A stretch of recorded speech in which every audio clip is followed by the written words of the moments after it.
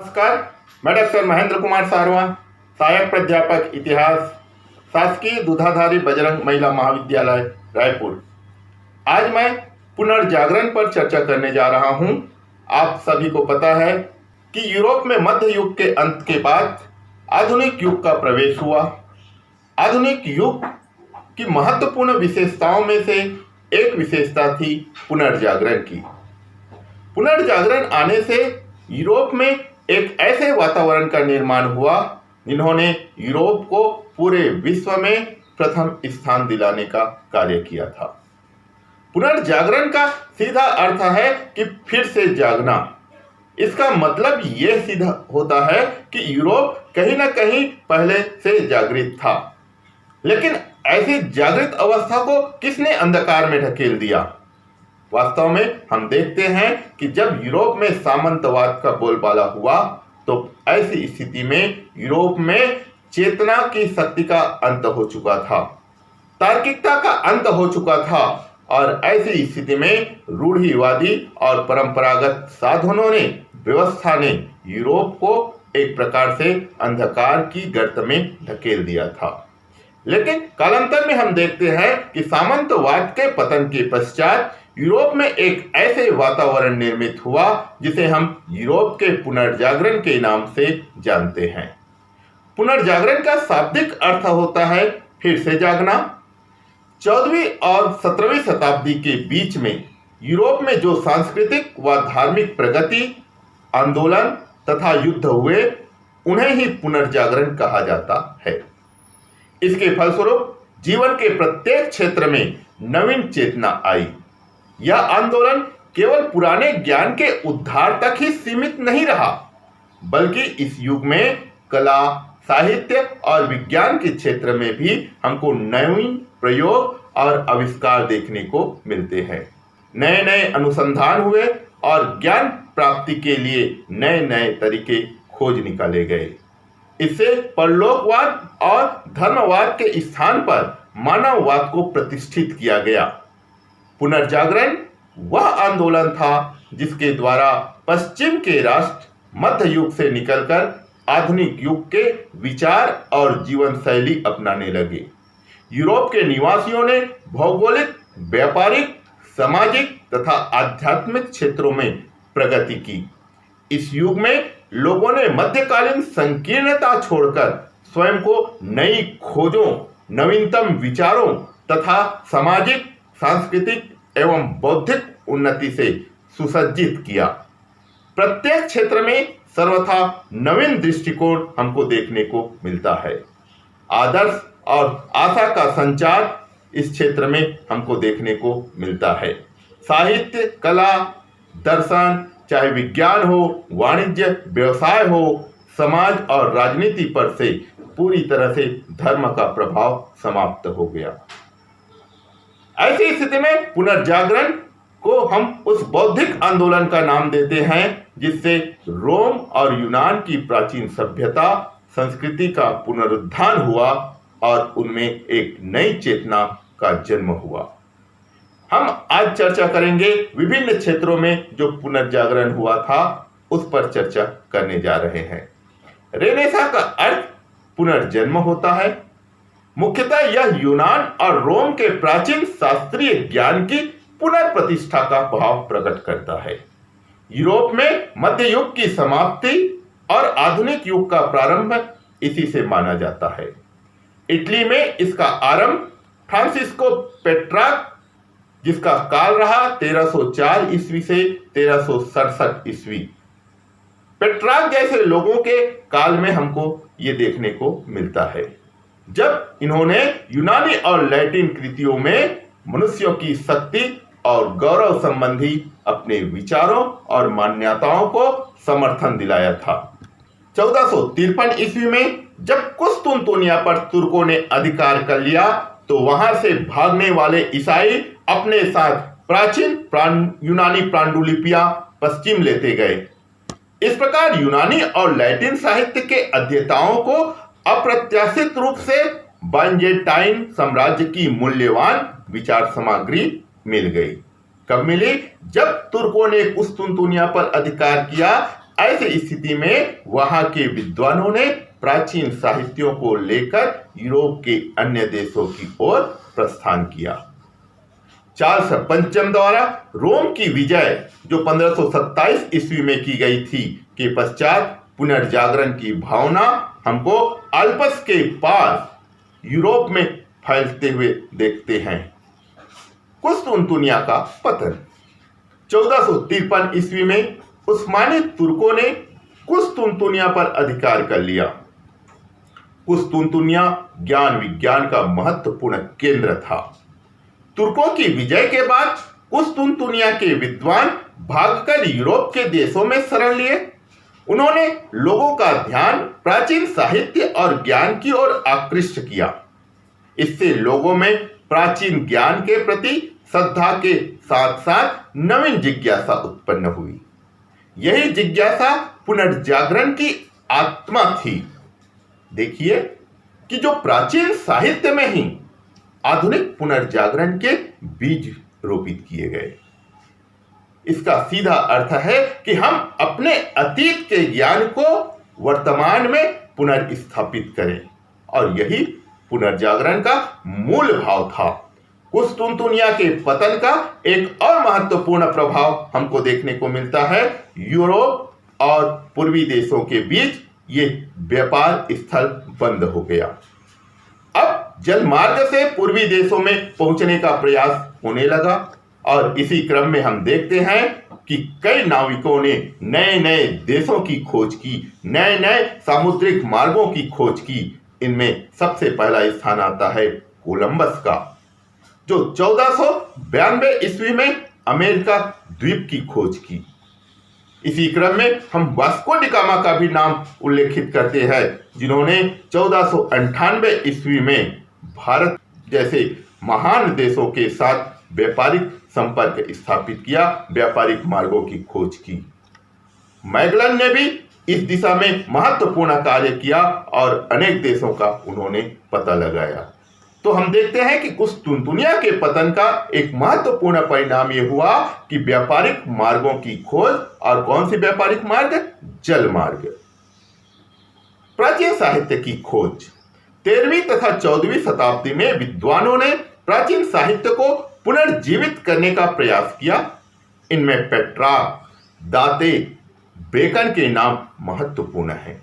विद्वानों ने प्राचीन ग्रंथों का विभिन्न भाषाओं में अनुवाद किया और लोगों को गूढ़ विषयों से परिचित कराने का प्रयास किया, क्योंकि जो गूढ़ विषय है वो गूढ़ विषय आसानी से जनमानस को समझ आने वाला नहीं है, और ये सीधा सीधा जनमानस के ऊपर ऊपर चलता है।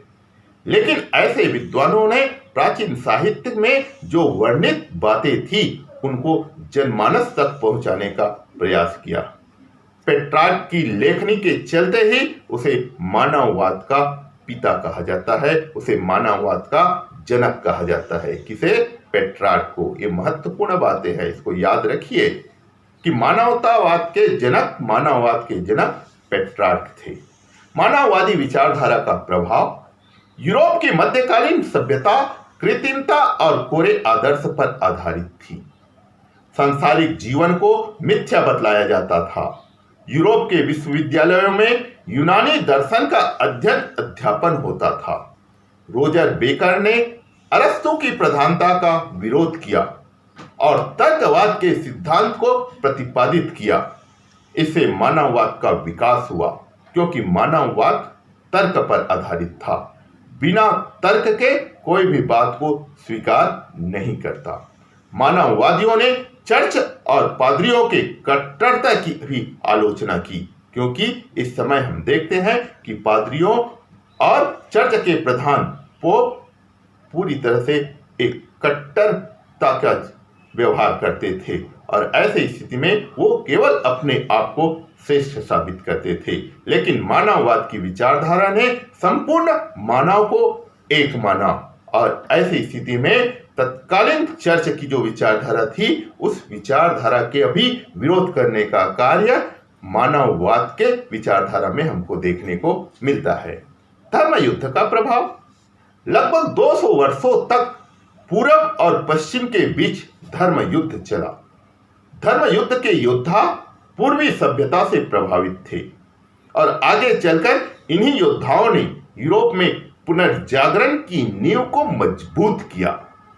सामंतवाद का हास्य। सामंती प्रथा के कारण किसानों, व्यापारियों, कलाकारों और साधारण जनता को स्वतंत्र चिंतन का अवसर नहीं मिलता था। सामंती युद्ध के कारण वातावरण हमेशा विषाक्त रहता था, किंतु सामंती प्रथा के पतन से जनजीवन संतुलित हो गया। शांति तथा व्यवस्था कायम हुई। शांतिपूर्ण वातावरण में लोग साहित्य, कला, व्यापार की प्रगति की ओर ध्यान देने लगे, इनके विकास में अपनी महत्वपूर्ण भूमिका निभाने लगे। शांतिपूर्ण वातावरण में लोग साहित्य, कला और व्यापार की प्रगति की। सामंतवाद का हास्य महत्वपूर्ण परिणाम राष्ट्रीय राज्यों का विकास हमको देखने को मिलता है और यूरोप में अनेक राष्ट्रीय राज्यों का जन्म हुआ। लोगों में राष्ट्रीयता की भावना का जन्म हुआ और राष्ट्रीयता की भावना ने कालांतर में यूरोप में एक आदर्श राष्ट्र स्थापित करने में महत्वपूर्ण भूमिका निभाई। मानववादी विचारधारा का प्रभाव। हम कारणों पर चर्चा कर रहे हैं। जो भी बातें हमने बताई ये पुनर्जागरण के अभ्युदय के कारण में सहायक सिद्ध हुए थे। मानववादी विचारधारा का प्रभाव। यूरोप की मध्यकालीन सभ्यता। पुनर्जागरण के अगला कारण है व्यापार तथा नगरों का विकास। पुनर्जागरण का सबसे महत्वपूर्ण कारण वाणिज्य व्यापार का विकास था। नए नए देशों के साथ लोगों का व्यापारिक संबंध कायम हुआ और उन्हें वहां की सभ्यता और संस्कृति को जानने का अवसर मिला। इससे पहले मध्य युग में पूरी तरह से जनजीवन ठहराव की स्थिति में था। सामंतवादी विचारधारा ने लोगों के जनमानस को एक प्रकार से कैद करके रखा था, लेकिन कालांतर में हम देखते हैं कि पुनर्जागरण के समय जब व्यापार और नगरों का विकास हुआ तो लोगों में एक नई चेतना जागृत हुई थी। व्यापार के विकास ने एक नए व्यापारी वर्ग को जन्म दिया। व्यापारी वर्ग का कटु आलोचक और कट्टर विरोधी था। व्यापारी वर्ग ने सामंतवाद का कट्टर आलोचक और कट्टर विरोधी था। व्यापारी वर्ग ने चिंतकों, विचारकों, साहित्यकारों और वैज्ञानिकों को प्रश्रय प्रदान किया। ऐसी स्थिति में व्यापारी वर्ग की छत्र छाया में ज्ञान विज्ञान की प्रगति हुई। व्यापार के विकास से नए नए शहर बसना शुरू हुए। उनके बीच विचारों का आदान प्रदान होता रहा। कालांतर में हम देखते हैं कि विचारों के आदान प्रदान से जनसाधारण का बौद्धिक विकास हुआ। बौद्धिक चेतना जनमानस में आई और कालांतर में ये भी पुनर्जागरण के अभ्युदय में सहायक सिद्ध हुए। पूरब से संपर्क। जिस समय यूरोप के निवासी बौद्धिक दृष्टि से पिछड़े हुए थे, अरब वाले एक नई सभ्यता और संस्कृति को जन्म दे चुके थे।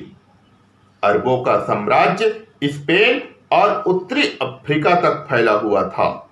वे अपने साम्राज्य विस्तार के साथ साथ ज्ञान विज्ञान को भी फैला रखे थे। अरबों से संपर्क के कारण पश्चिम वालों को भी इसका लाभ हमको देखने को मिलता है। आगे कारण था मध्यकालीन पंडित पंथ की परंपरा। अरबों से प्राप्त ज्ञान को आधार मानकर यूरोप के विद्वानों ने अरस्तु के अध्ययन पर जोर दिया। उन्होंने पंडित पंथ परंपरा चलाई। इसमें प्राचीनता तथा प्रामाणिकतावाद की प्रधानता थी। प्राचीन साहित्य को पुनर्जीवित करने का प्रयास किया गया। अनेक भाषाओं में प्राचीन साहित्य का अनुवाद किया गया। ऐसी स्थिति में हम देखते हैं कि इस प्रकार के विचार पद्धति में अरस्तु की धर्म दर्शन की प्रधानता रही और अरस्तु के धर्म दर्शन ने भी लोगों में चेतना पैदा करने का कार्य किया और कालांतर में यही पुनर्जागरण की एक महत्वपूर्ण कारण के रूप में प्रस्फुटित हुआ। कागज तथा मुद्रण कला का आविष्कार। पुनर्जागरण को आगे बढ़ाने में कागज और मुद्रण कला का योगदान महत्वपूर्ण साबित हुआ। कागज और मुद्रण कला के आविष्कार से पुस्तकों की छपाई बड़े पैमाने पर होने लगी। अब साधारण से साधारण व्यक्ति भी सस्ती दर पर पुस्तकें खरीदकर पढ़ सकता था। पहले ऐसा नहीं था। पहले पुस्तकें थी वो हाथ से लिखी होती थी और हाथ से लिखी होने के कारण वो अत्यंत महंगी थी और ये जनसाधारण के पहुंच तक नहीं थी। लेकिन मुद्रण कला के आविष्कार ने कालांतर में हम देखते हैं कि पुस्तकों को जन जन तक पहुंचाने का कार्य किया। पुस्तकें जनसाधारणों की भाषा में लिखी गई, जिससे ज्ञान विज्ञान का लाभ साधारण लोगों तक पहुंचने लगा। लोग विभिन्न विचारकों और दार्शनिकों के कृतित्व से, उनकी रचनाओं से अवगत होने लगे और उनमें बौद्धिक जागरूकता हमको देखने को मिलता है। फिर आता है कला का विकास।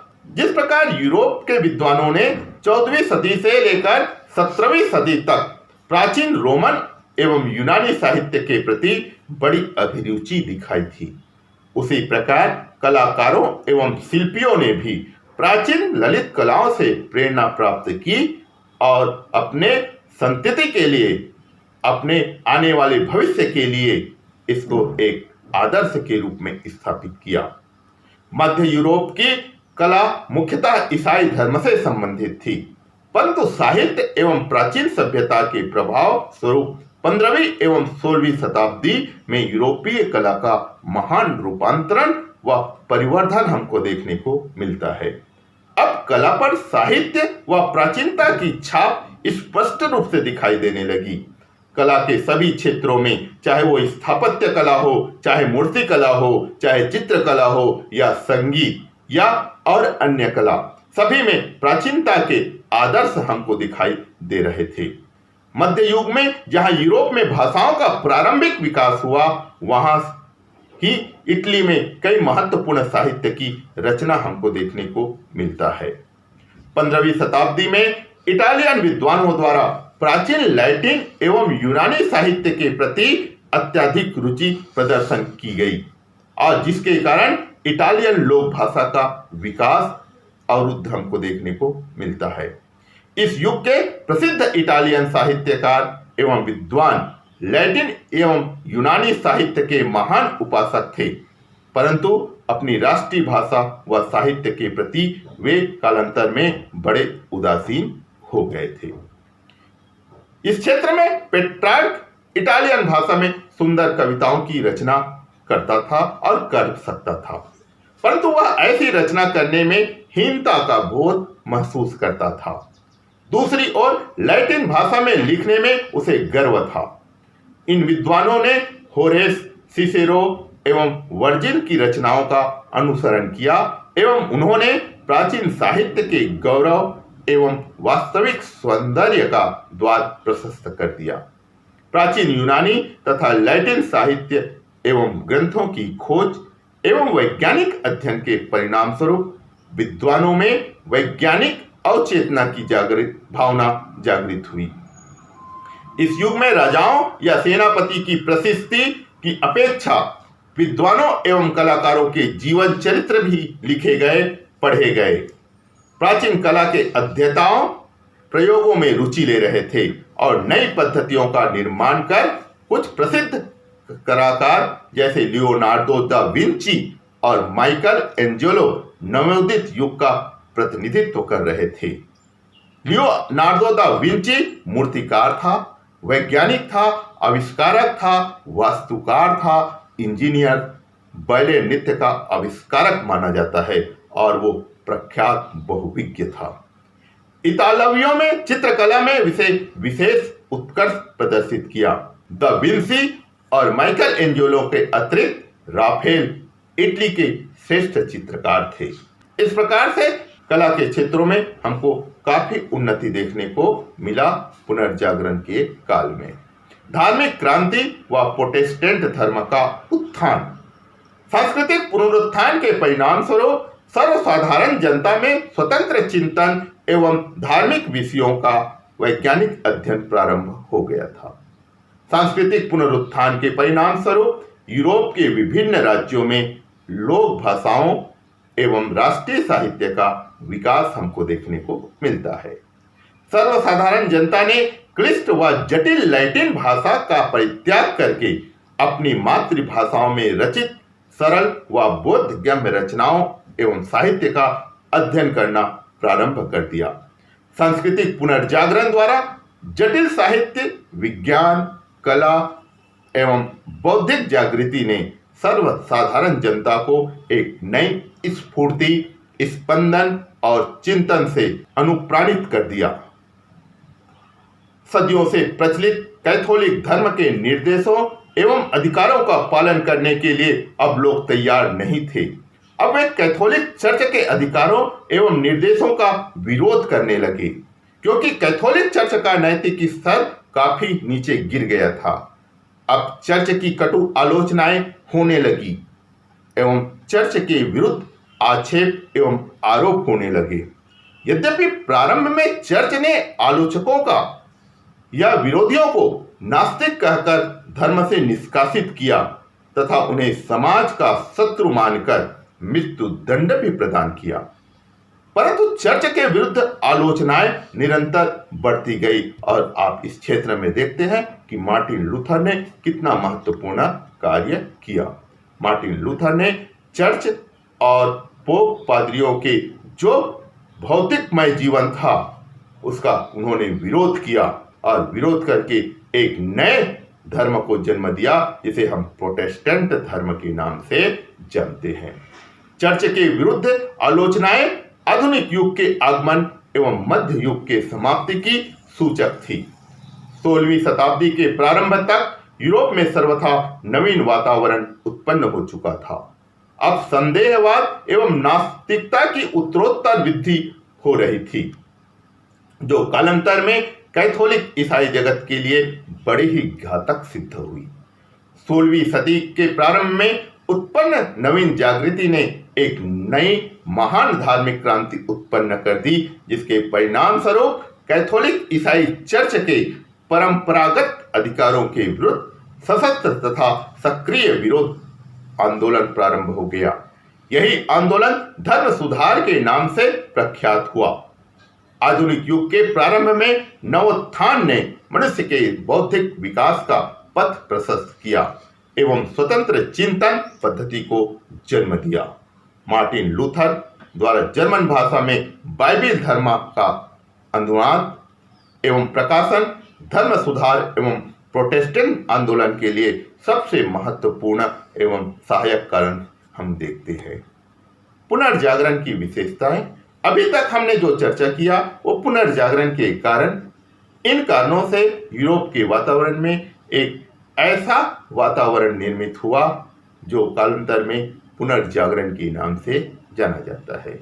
अब हम पुनर्जागरण की विशेषताओं पर चर्चा कर रहे हैं कि ऐसे कौन कौन से लक्षण हैं जो इस युग को पुनर्जागरण के युग की पदवी प्रदान करता है। पुनर्जागरण की विशेषताएं। पहला आता है स्वतंत्र चिंतन। पुनर्जागरण की प्रमुख विशेषता स्वतंत्र चिंतन है। मध्य युग में स्वतंत्र चिंतन पर धर्म का अंकुश लगा हुआ था। पुनर्जागरण ने आलोचना को नई गति एवं विचारधारा को नवीन निडरता प्रदान की। उसका लक्ष्य परंपरागत मान्यताओं एवं विचारों को स्वतंत्र आलोचना की कसौटी पर कसकर उसकी प्रामाणिकता की जांच करना और वैज्ञानिक ढंग से उसकी व्याख्या करना था। दूसरा था तर्क पर बल।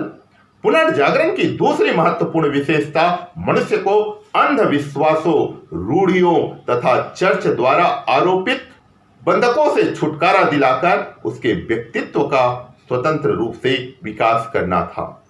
तीसरा मानववाद का समर्थन। पुनर्जागरण की तीसरी विशेषता मानववादी विचारधारा थी।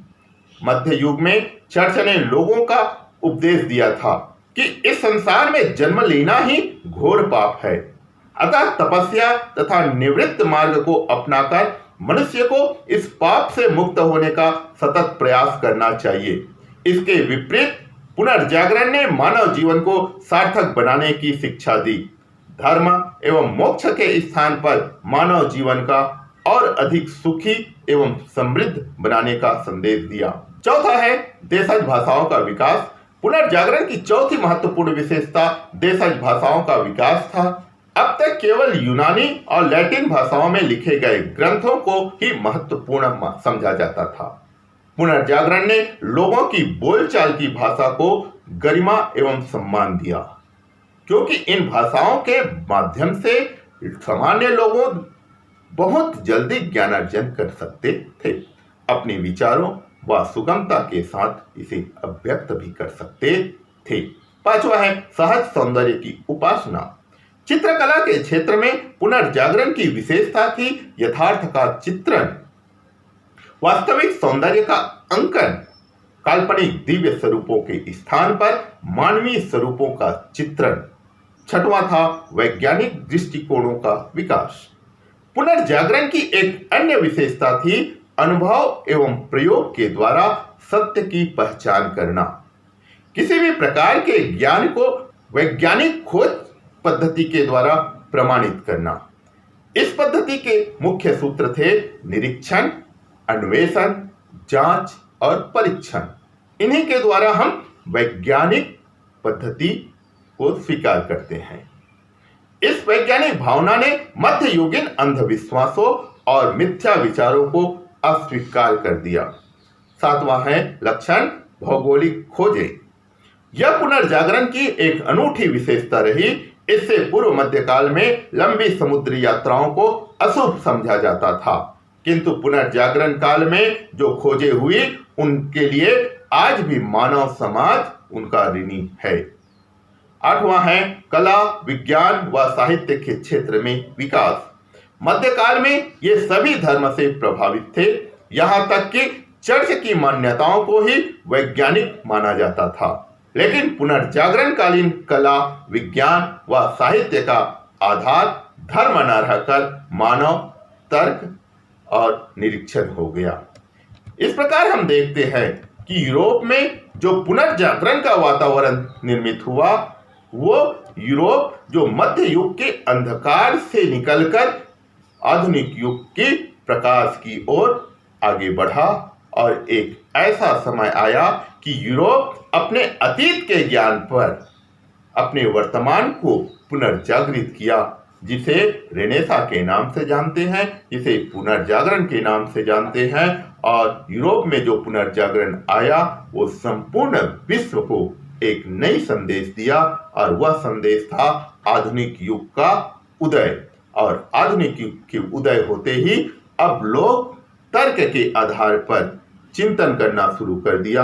नए नए वैज्ञानिक उन्नति हमको देखने को मिलता है, नए नए खोज हमको देखने को मिलता है। साहित्य का अनुवाद अब लोक भाषा में होने लगे, और ऐसी स्थिति में अब लोग रूढ़ि के स्थान पर या परंपरागत आदर्शों के स्थान पर अब वे चिंतन और तर्क को महत्वपूर्ण स्थान देना प्रारंभ कर दिया।